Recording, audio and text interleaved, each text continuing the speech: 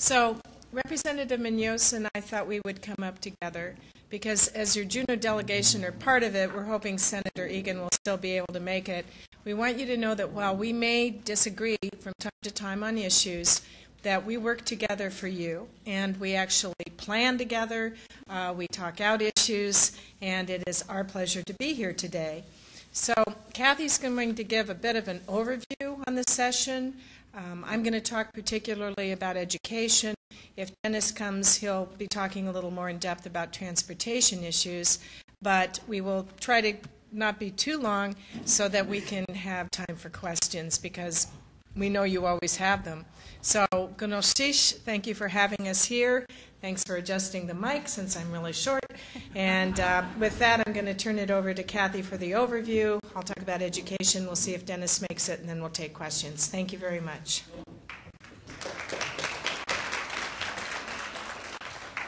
Thank you. First of all, we want to acknowledge the organizers of the Native Issues Forums, and also Ed Thomas, the president of Tlingit and Haida Central Council, as well as the AMB Grand Camp president who's here, Bill Martin. It's wonderful to see you. And all of the AMB and ANS officers, executive committee members, and members. Also, I want to honor the veterans that are here today. At the end of my comments, I want to talk briefly about some of the issues that we're working on in support of our veterans.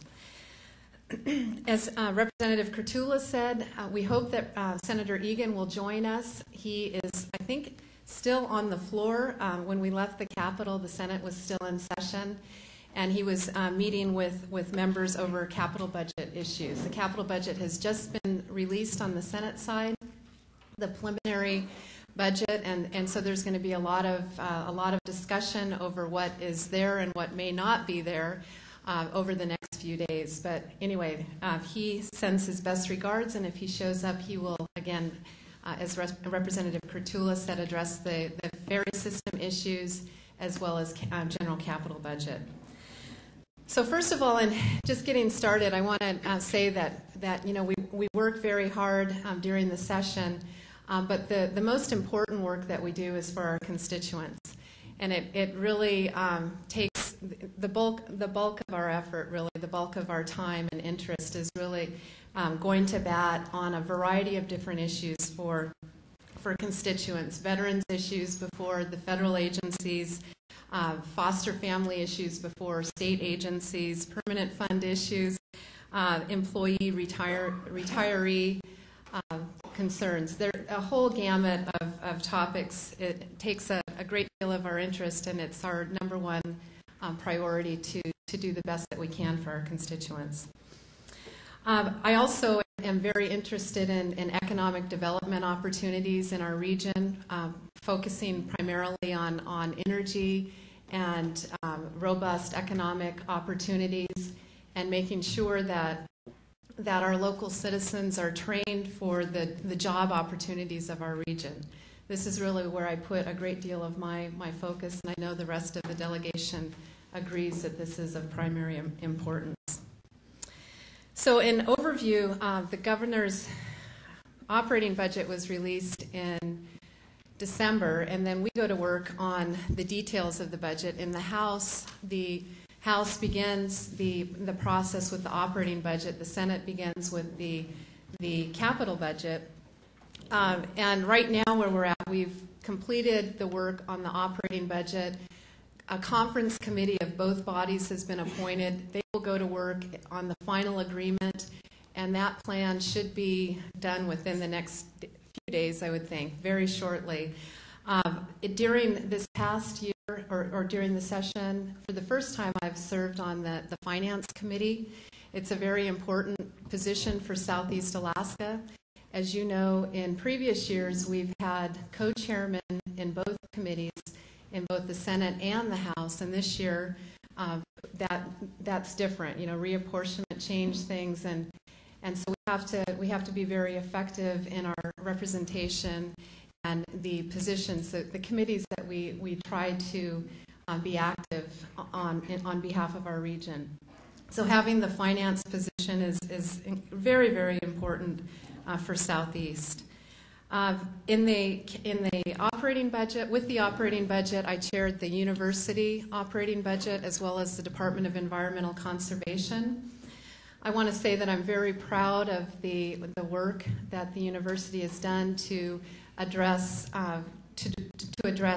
training opportunities for Alaskans, to make sure that Alaskans are trained and ready for opportunities in possible gas line development, mining, engineering, the vocational education positions, mine training. I've worked closely with Jan Trigg and others to support the mining training here in Juneau, and every year the Juneau delegation has been successful in getting additional funding to keep this program growing so that our local people have opportunities to get the jobs the high-paying jobs that are here in our region. And welcome, Senator Egan. So also in the university budget, a couple of highlights. I wanted to mention the Alaska Native Science and Engineering program. This is a terrific program located at UAA, beginning with the middle school students. We're working to make sure that students have the opportunity to be ready to go into engineering courses at the engineering careers at the time of graduation. The application period for this group of students for the summer engineering camps is nearing the deadline, and I think it's April 12th. So if you know of any 7th, 8th, or 9th grade students that are interested in participating in summer science camps, I would encourage you to get that message out. Also, I'm very pleased at UAS with the development of the Native Language Program and the work of Professor Lance Twitchell. I'm very supportive of his work, and I want to continue to see those language programs excel and grow. On the side of the DEC budget, the Department of Environmental Conservation, we are working in the Department of Environmental Conservation to take over primary permitting authority from the Environmental Protection Agency on the issue of water permitting. And so a lot of the work of the budget subcommittee was making sure that the required staff and support is in place to continue to achieve our responsibilities under the EPA. Formerly it was run by EPA under that Clean Water Act permitting authority. Also in the DEC budget, an issue that is of vital importance to Alaska has to do with the tsunami response. As you know, this is a big concern for Alaska. The Japanese government approved $5 million in money for the states. It's just a fraction of what we're going to need to deal with the problem. Last year, the DEC did an aerial survey of the coastline and determined that there are seven collector beaches around the state that will be hit considerably hard with the debris coming over from Japan. We have a $1 million spending authority to receive those federal funds that are due to Alaska, but as I said, it's a drop in the bucket for what we need to get the job done. So we're going to be advocating that in the capital budget we have funds sufficient to deal with the initial response that will take place this summer. It was mentioned, or it was reported today in the Juneau Empire that in the Senate there is a new coastal caucus, and I'm sure the senator will talk about that. In the House, Representative Kerttula and I have worked with our fellow legislators from around the region, including Representative Nagayak, on the Bush Caucus, with the Bush Caucus. And it's very important to really advocate a position of strength on issues of alternative energy, rural issues of water, water quality, water sanitation, just a whole range of issues common to the coastal communities, but very important that we have a position of strength when we're moving forward, especially in times of limited revenues. So I won't get into the capital budget because Dennis is here to talk about that. But I do want to talk just briefly about the overall budget situation. When I was elected in 2008, Alaska was at about 650,000 barrels of oil production per day. And just 5 years later, we're 100,000 barrels below that. And within 10 years, we're estimated to be down an additional 100,000 barrels. That 100,000 barrels from 2008 to present, to 2013, represents over $3 billion in revenue.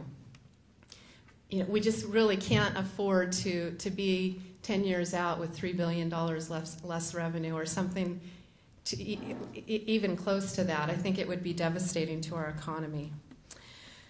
So today in finance, I heard a fellow legislator kind of sum up the problem when he said, you know, the oil tax debate really involves critical policy but horrible politics, because it's very difficult to be in a situation where money is being pushed across the table, I guess you could say. The perception is that that we're giving up so much. But we have to do something to increase oil production in the state of Alaska. We're at 90% reliance on that source of funding. So we're looking at the oil tax policy, making sure that the arrangement is fair to Alaska, but at the same time makes Alaska competitive in the worldwide market, so that we will continue to have investment to pay for our schools and roads and fire stations and rural projects. It's incredibly important. The current policy, the current tax policy, is widely known to be too generous on the credit side. We're paying close to $1 billion a year in credits for activity that doesn't necessarily result in increased oil production. About half of that is going for things like runways and gravel pads and things not necessarily associated to increase production. So the credit side is seen as an area that needs to be refined, as well as the current policy is too high on the progressivity side, that we are seen as having the government share, so to speak, the government take is too high when oil prices are high. And that's where everybody agrees. It's how do we get there is going to be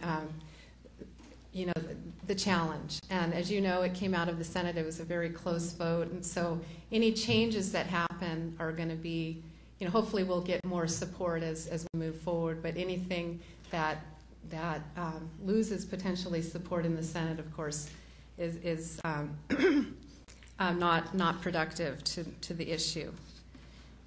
Will not ultimately solve the problem.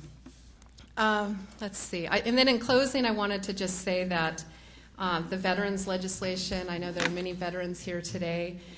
We are working on legislation that would allow military credit to be applied for a variety of occupational licensing opportunities in Alaska.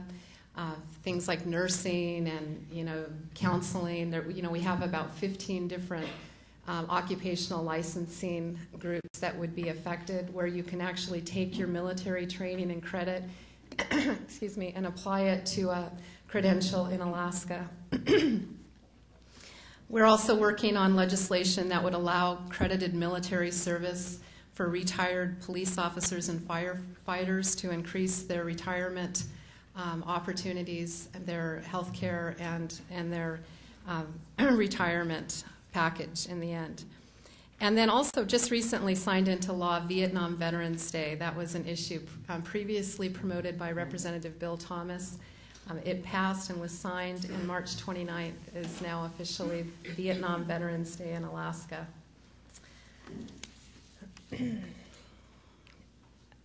So, and then I just wanted to also mention that another veterans bill is a bill that would allow CDL, the equivalent for commercial driving license training that you receive in the military, to apply to a CDL licensure in Alaska. So that's another very pro-veteran piece of legislation.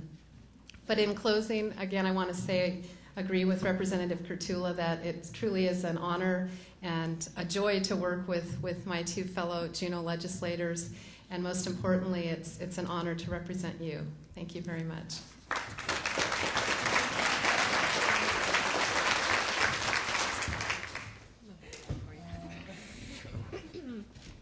In case you're wondering, I have a bad nerve in my hip, so, you know, everybody has something, but that's why the pad. Thank you, Elizabeth.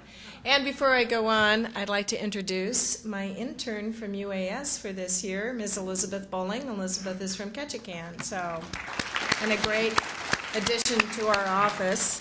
Glad you made it, Senator Egan. And thank you, Representative Munoz.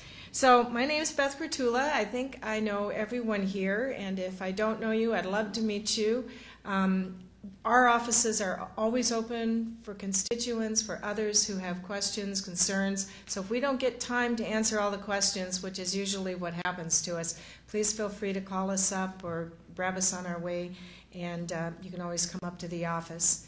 So when we decided to break up the topics today, as you can see, Representative Munoz got stuck with the broad overview, which is a huge job, but I decided I'd like to talk about education. Education is something that the entire delegation agrees on, knows that we have to support, but really feels in our heart. But I want to start out talking just a little bit about why education and our education system is so important to me. My grandmother, Elvie Maria Kerttula, came to America when she was 9 years old, and her family came to America so that their children could get an education. She came not speaking English, and she was heavily discriminated against as a child. She worked as a maid, and I believe my grandmother had an 8th grade education. Unfortunately, because she was discriminated against for not speaking English, she refused to speak Finnish to my sister, Anna, and I, and it's a terrible loss in our heritage. And I talk about this with many of you, with my friend Harvey Marvin, about your experiences, but I sense it as a deep loss. But I understand. I know why my grandmother's family came here, so that their children had a chance. When my grandmother grew up, met my grandpa Oscar in Minnesota. My granddad was a labor organizer. They were very poor. It was in the heart of the Depression, and the call went out to come settle, kind of a poor choice of words, but that's what they called it, come to Alaska. So they were adventurous people, but I got the pleasure of speaking to my grandmother a lot about this. Like, why did you come to Alaska, Grandma? Couldn't you have picked someplace warmer? Anyway, her direct answer was always, we wanted our children to get an education. We knew that if we stayed there, our children wouldn't have a chance. So they picked up lock, stock, and barrel, came to Alaska in 1935, and you know, my dad and his sister got an education. And in our home, education was #1. It's, you can see this in immigrant children today. You know, they're driven to go to school, to get that education, just as your families, watching their children, helping their children, knowing that that's the pathway to success. And in Alaska, we know that we have to have a strong education system so that our children can succeed, so that we have a future in this state. Without education, what do we have? We don't have anything for a future. We have Alaskan kids that can't get jobs because they're not educated well enough. We have dropout rates, so our children don't understand the issues for the future. And for me, starting to approach the age where I think of who's going to help me when I'm elderly. If you don't have an education, what happens to our seniors? So with that in mind, I want to talk about a few of the issues that are before the legislature this year. And to encourage you to keep your eyes on these issues, you know, weigh in, which many of you do, and I thank you for that. But keep watching it, keep supporting it, because we're going to be going through some possibly lean times, and we want to be sure we maintain a strong education system for our future. The first and maybe the biggest issue is our base student allocation. This is the money that goes directly into the classroom. It goes to be sure that our class sizes don't get so high that kids can't be taught because the teacher's really just doing crowd control. I don't know what your classrooms were like, but when I was a little girl, we had 35 children in a classroom. And if my mother had not been a teacher, I don't know what I would have learned or how I would have done it. We had dedicated people, but there were just too many kids. So the BSA is the funding that helps keep those class sizes down, that helps our children have enough people per student to be able to succeed. And for 3 straight years, we've been flat funding that BSA. So we've got legislation in to increase it to make up for at least the last 2 years of inflation and ensure that the resources schools count on each year is going to continue to make up that difference, because we know inflation eats away at that, and that's what's happened. So the BSA bill, House Bill 95, would be a big help toward stopping that inflation eating up the BSA. Second bill I want to talk about, this is a bill that I was very proud of the Bush caucus. We voted to not support this bill. It was a powerful statement coming out of rural legislators, a group of which Cathy and I are both members, and also aligning then with many others in the House.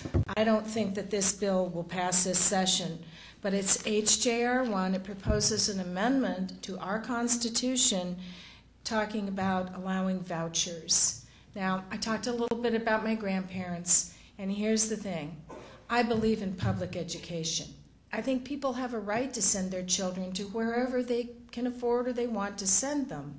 But I don't think it's right to take dollars away from the public schools to put them toward private institutions. And that's what this bill will do. Thanks. And my question is always, if you're sitting in rural Alaska, where are you going to put that money toward anyway? There isn't any choice there. So what happens to the schools there? So vouchers is a bill that I think that because of the strong support of the Bush caucus in particular, we won't see this year. But that's not going to be the end of it. So we have to be vigilant, keep our eye on that, keep supporting public education. We have successful charter schools in Alaska. Representative Munoz and my cousin worked hard to start our charter school here in Juneau. There are some issues with the way they're run, and there's some proposals about how they should be funded and how school districts should interact with them. I don't know whether that bill will come to the floor. I have some concern with it. On the other hand, I think it's a way to strive toward greater innovation. So that's House Bill 93 if you want to watch that bill. A big measure, more of a budget issue than anything, is how do we digitize Alaska?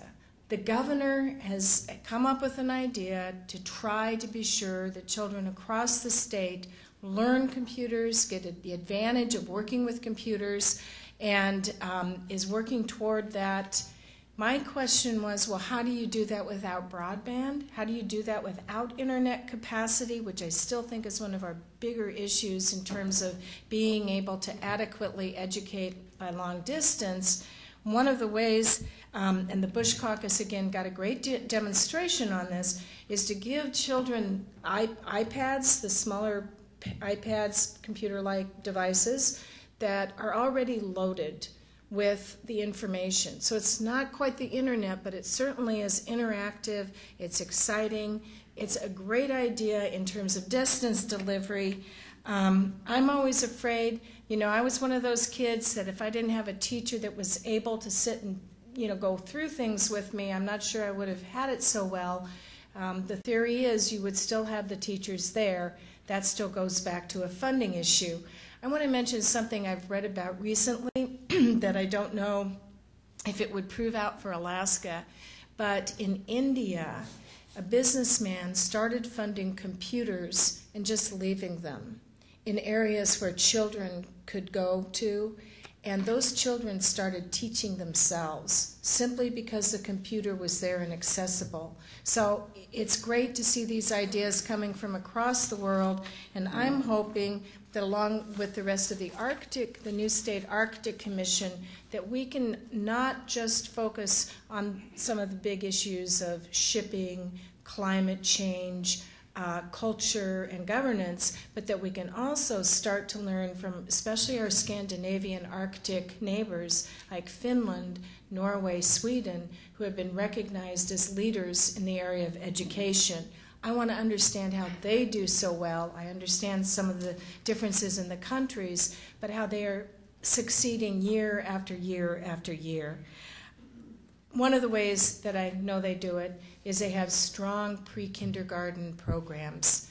Pre-kindergarten has been a big fight in Alaska, just inching our way with not a lot of children included in the programs.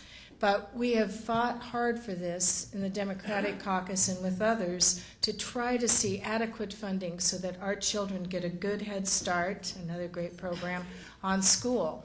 My mom likes to say, you don't teach the most important things in school. And I think that's true, but I think that in the increasingly complex society we live in, that schools are going to have to start to broaden out to teach the things that maybe parents were able to do before. And that includes a program that we've been working very hard on called Parents as Teachers, where parents who want to get the information, who want to be able to understand how to help their children at the early ages, and we know those years are critical. By the time a child reaches 4 or 5, their brains are just developing so fast that those are the years when if you get to them early, you can really have a huge impact. Those programs are, Parents as Teachers rather, is a voluntary program, and we're still trying to fit more funding in the budget this year to make it possible. But these are critical programs that we just are not seeing funded adequately. I'm going to quit with a couple more comments. One bill that will be up on the floor tomorrow, an interesting bill, raises a lot of interesting issues. I personally don't support this approach as a beginning, but as a teacher tenure bill. Right now, it takes teachers 3 years before they have tenure, which means that they can still be fired for cause, but they have that hold on being able to have job security. And when I think about it, I think about my father talking to me about the beginning of World War I. One of his teachers was so emotionally taken by the announcement that she went into a bar and had a drink, and that one drink got her fired. And I think about my mother talking about the fact that she had to quit being a teacher, which she dearly loved, when she got pregnant. And I think about the women and men who weren't allowed to be married. In fact, we had a great presentation from relatives of previous pre-statehood legislators at the museum on last Saturday.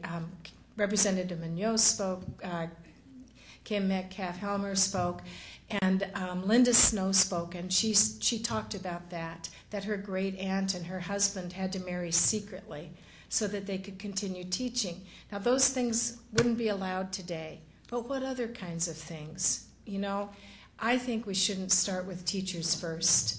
I think we need to start with the budget first and how we lower class size and how we really digitize Alaska. But that bill will be up on the floor tomorrow, so if you want to watch Gavel to Gavel and tune in and watch it, you can see the kind of debate. I think there will be one. I think people have differing feelings about this, but I'm concerned that we start with teachers first. So I'm going to end. I want to say that I think we need to be supporting education as strongly as we can. We need to build toward the future, and we need to give our students hope that they have a future. The best way that I know how to do that, other than our families, is through having a strong school system. So thanks for letting me focus on that today. I'll turn it over to Senator Egan, and it was my pleasure to get to speak with you.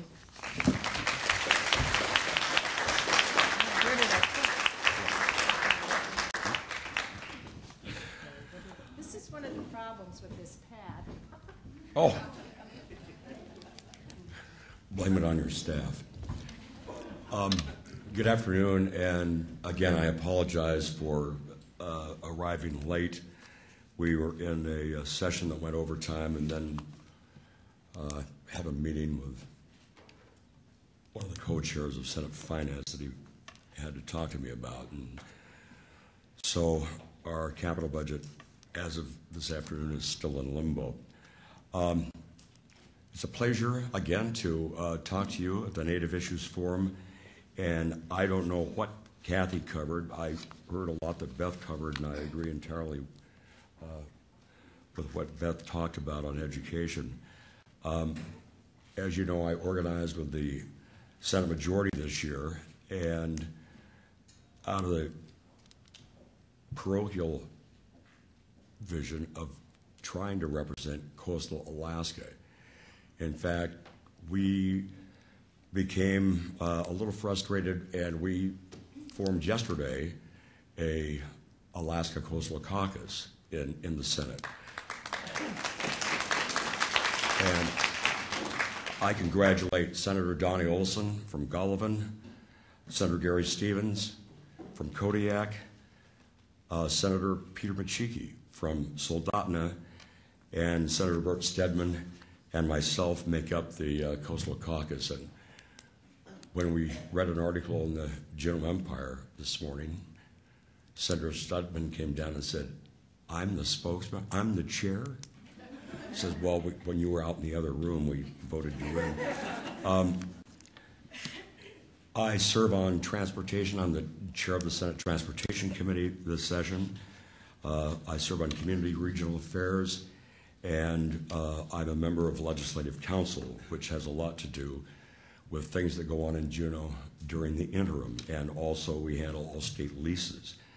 I'm also a member of In-State Energy. In fact, our meetings go so long at times we had to cut off Duff Mitchell, so hopefully Duff will be back to make his presentation, because it goes well. And just on some transportation issues, we're working hard with the Department of Transportation to improve ferry service, especially for special and community events outside the tourism season, and especially to our villages.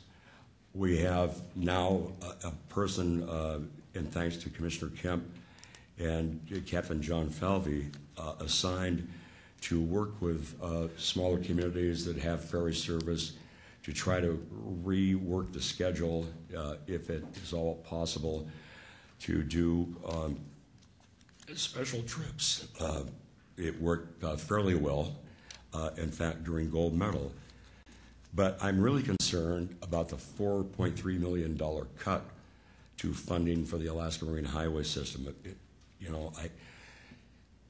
And that's one of the reasons we formed the caucus. There are a lot of folks that live on 4-lane highways that don't understand anything about the Alaska Marine Highway System. And we're working hard with the Department of Transportation to maintain service to the communities, but a lot of that $4.3 million cut is going to come in fuel, and with the price of fuel, and it's our transportation system. I'm concerned that schedules are going to be cut back, and we're working hard, in fact, to have another meeting with the commissioner tomorrow. It's not a big issue yet, but representative from Sitka, Jonathan Grice Tompkins, and I told him, sure, I'll help, is working with the Department of Transportation and through my office on a carry-on limit for foot passengers from 100 pounds to 150 pounds. Now, that doesn't seem like a lot, but not everybody that comes to regional ports like, say, Sitka, Juneau, and Ketchikan don't bring a truck and load it full. Got a Costco or Walmart or wherever they go. So we're trying to increase that limit to 150 pounds. Airlines do it. Why can't we? Thank you.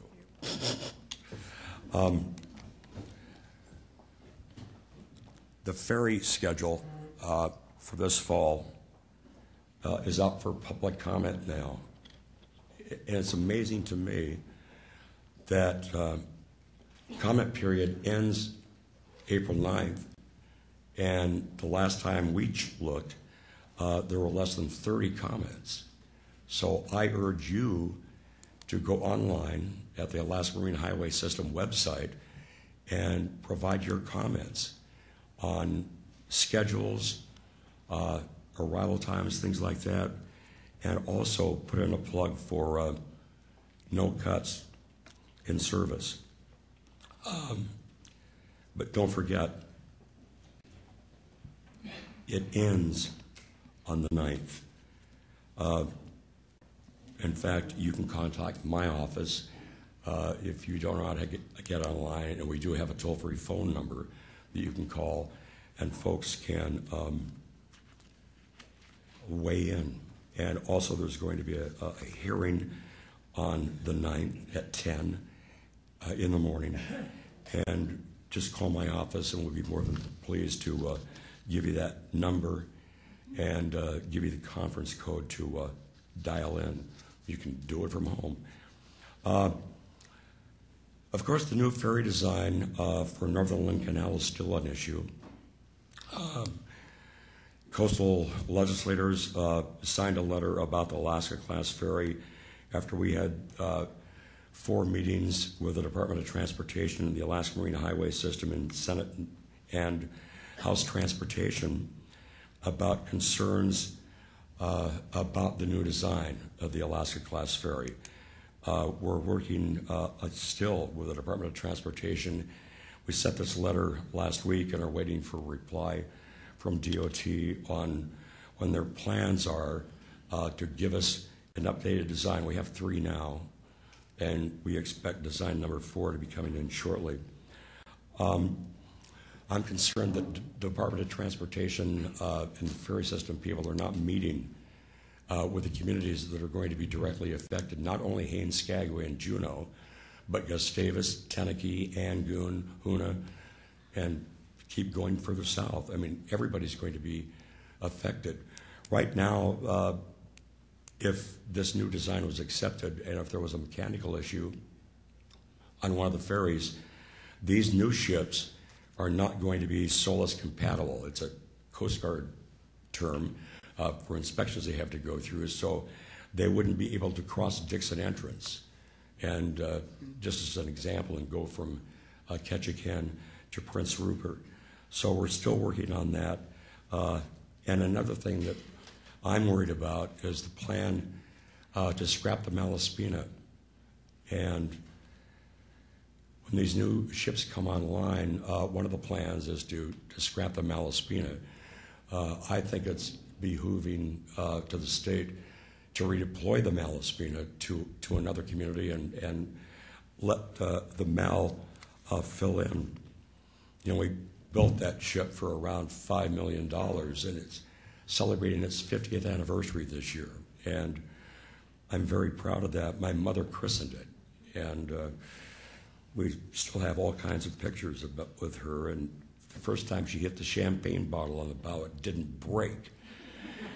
And so the captain said, you know, you just brought this ship bad luck. Well, 50 years later, it's still running. Even lengthened, but it's still running. In fact, it's one of the best ships still in the fleet. We are trying hard to help the inter-island vessel or the inter-island ferry system to get more fuel for that. You know, it travels between Ketchikan and Hollis, and they did reduce the fuel subsidy, and we're trying to get that back because that's a very important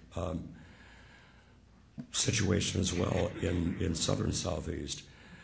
We had issues with comfish funding. We need to hold our own. And the way we get funding is to weigh in on negotiations on the Pacific Salmon Treaty, but we need quotas. We need aerial surveys. We need in-stream surveys so we can present to the Pacific Salmon Commission our escapement. And if we don't do that, British Columbia will increase their catch, and I don't think that's right. So right at this time, and Cathy will help, we do have the funding back in for the stream surveys and the aerial surveys that mainly benefit Southeast Alaska and our hatchery systems and the Stikine, and I'm sorry about my voice, but I'm screaming all morning. And, you know, the Taku and Stikine are two of our largest fishery resources for Southeast Alaska, but we need the numbers. We're trying to hold on to at least $25 million in statewide funding for renewable energy here in Southeast Alaska. It went out, it's back in now, and at this time, today, but things change, especially near end of session, includes 3 Southeast projects, Hoona, Teneke, and Sitka. We've also been, believe it or not, through our office just talking to the Department of Corrections off the transportation issues on talking about remote video visitation for inmates. And that would occur in future years. But as Beth talked about, digitizing education makes a heck of a lot of sense to me. Why force it in this digital age to have someone from Angoon or Hoona or now villages in Western Alaska, because bandwidth has been increased there, force them to come to a major city and have them testify if they need them, pro or con. But it makes a lot of sense to us to allow corrections and the court system to use remote video visitation for families and also to testify in front of the court system. So we're working on that. Right now, as of this minute, the $20 million still remains in the capital budget for Juneau, and it's a statewide project, and we're having issues right now about a change that was made to include us, that statewide project SLAM into our budget. We don't think that's correct. When we're talking about funding an engineering building for the University of Alaska, Fairbanks, or the University of Alaska, Anchorage, I think that's, that's a statewide project. It's not a Fairbanks specific project. And we're trying to get the $20 million for SLAM back into the statewide budget as it was proposed by the governor. There's $200,000 as of right now for the House of Wickersham, $9.6 million for the Douglas Fish and Game building. Now this is phase 2 of 2, which will complete the remodel of the Douglas Island Fish and Game building. Matter of fact, in 1970, I worked for Department of Highways for 4 years, and I worked in that building. I mean, you'd come in when a taku's blowing, and you'd have snow in your office. It was crazy. Problem was I was on the water side.